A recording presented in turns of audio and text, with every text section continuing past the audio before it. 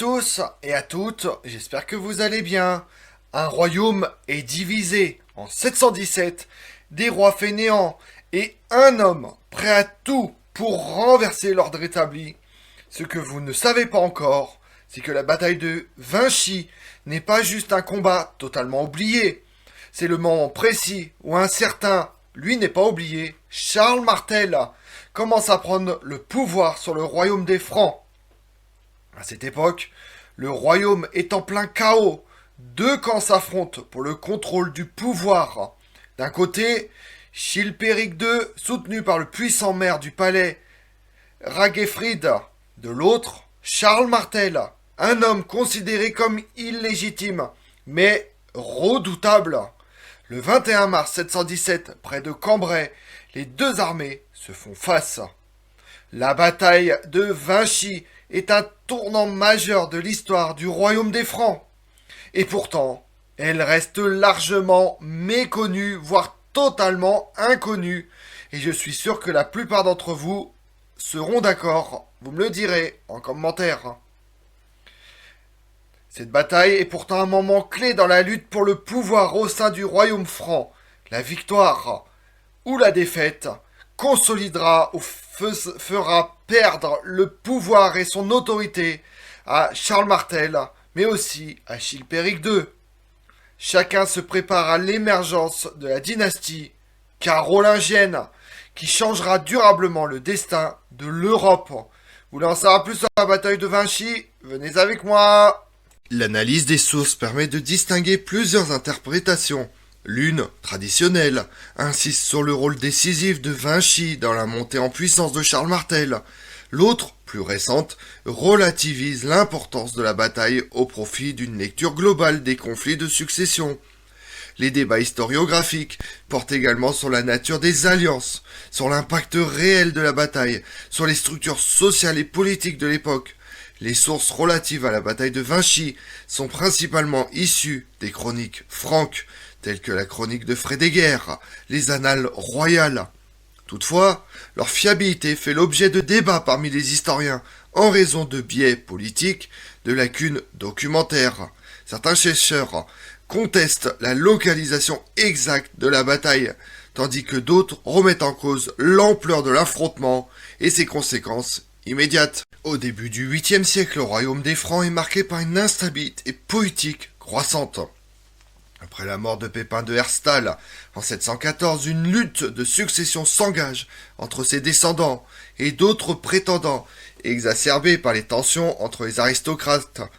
La région de Vinci, alors sous l'influence de l'Aquitaine et du duché de Bourgogne, se distingue par son rôle de carrefour stratégique entre les différentes factions.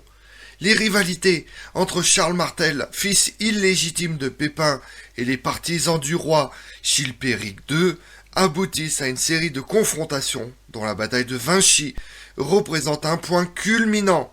L'absence d'un pouvoir central fort, favorisé par l'émergence de seigneurs locaux et de ducs, cherche à étendre leur influence. Les alliances se forment et se déforment au gré des intérêts dynastiques, tandis que les menaces extérieures, notamment celles des Saxons et des Arabes, contribuent à fragiliser la cohésion du royaume. À la veille de la bataille de Vinci, les forces sont dispersées et la région devient le théâtre d'un affrontement décisif pour le contrôle du royaume. La bataille oppose principalement deux camps. D'une part, Charles Martel, chef militaire déterminé à restaurer l'autorité des maires du palais sur le royaume des Francs, et d'autre part, Chilpéric II, soutenu par le duc Eudes d'Aquitaine et plusieurs aristocrates bourguignons.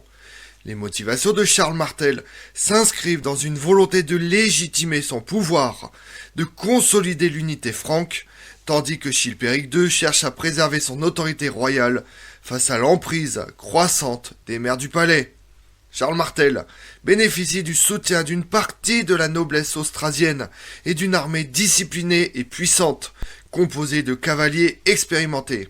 Chilpéric II, quant à lui, s'appuie sur la fidélité des seigneurs aquitains et bourguignons, ainsi que sur un réseau d'alliés cherchant à contrer l'expansion de l'Austrasie.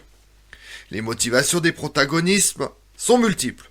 Ambition personnelle, volonté de préserver la tradition monarchique et nécessité de défendre les intérêts régionaux. La bataille de Vinchy se déroule sur plusieurs jours, mobilisant d'importantes ressources humaines et matérielles. Les stratégies employées par Charles Martel reposent sur la mobilité de la cavalerie et l'exploitation du terrain, tandis que Chilpéric II privilégie l'utilisation de fortifications, de positions défensives. Les événements clés incluent des escarmouches préliminaires, des tentatives de négociation et finalement un engagement frontal qui voit les troupes de Charles Martel prendre le dessus grâce à une manœuvre enveloppante. L'efficacité de la cavalerie franque, alliée à une connaissance fine du terrain, permet à Charles Martel d'isoler les forces ennemies, de les désorganiser, tout en les vainquant. Les pertes sont lourdes des deux côtés, mais la supériorité tactique de Charles Martel s'impose, conduisant à la fuite de Chilpéric II et de ses alliés. Cette victoire marque un tournant dans la consolidation du pouvoir des maires du palais et prépare l'avènement de la dynastie carolingienne. À court terme, la victoire de Charles Martel à Vinchy lui permet de renforcer son autorité et d'asseoir sa légitimité sur l'ensemble du royaume. Les partisans de Chilpéric II sont contraints à la retraite ou à la soumission, et l'équilibre des forces est modifié au profit de l'Austrasie. À long terme, la bataille de Vinchy ouvre la voie à une centralisation du pouvoir, à la pacification des territoires et à l'émergence du modèle féodal qui caractérisera le Moyen-Âge. La région de Vinchy, longtemps marquée par des conflits locaux, devient un centre d'administration et de contrôle royal. L'événement contribue à la formation d'une identité politique commune, tout en accentuant la fracture entre les anciennes dynasties mérovingiennes et la nouvelle élite carolingienne. L'influence de Charles Martel sur la politique européenne se fait sentir dans les décennies suivantes, notamment lors de la bataille de Poitiers en 732. Et pendant ce temps-là, dans le monde, la politique de conversion des hindous dans le Cid sous le règne du calife Oumar II se poursuit. En 717, lors de la bataille d'Aksou dans l'actuel Xinjiang, les Omeyyades affrontent les troupes des Tang qui mettent en déroute les Arabes, mettant un terme à l'expansion en direction de la Chine. Le 25 mars, l'empereur byzantin Théodose III est obligé d'abdiquer. Léon III l'Isorien est couronné empereur. Son règne prend fin en 740. Le 15 août 717, une immense armée musulmane de 80 000 hommes et une flotte de 1800 navires dirigés par Maslama assiègent Constantinople.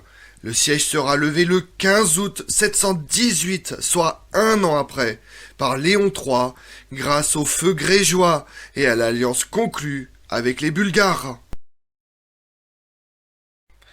Comme on l'a vu, la bataille de Vinchy en 717, bien que parfois éclipsée par d'autres événements majeurs du 8e siècle, demeure un jalon essentiel de l'histoire des Francs. Son analyse met en lumière les dynamiques complexes de pouvoir, les stratégies militaires innovantes et les conséquences durables sur l'organisation du royaume des Francs. En ouvrant la voie à la domination carolingienne, la bataille illustre la capacité des acteurs historiques à transformer leur environnement par la force et la diplomatie et invite à une réflexion approfondie sur la construction du récit historique. Je vous remercie d'avoir suivi cette vidéo en ma compagnie. Si vous voulez connaître mes autres vidéos, retrouvez-moi sur ma chaîne YouTube Tout sur l'Histoire avec Damien, mais également sur les réseaux sociaux, Twitter et Instagram, Histoire Damien. Et pensez à liker, commenter et vous abonner. Je vous remercie à tous.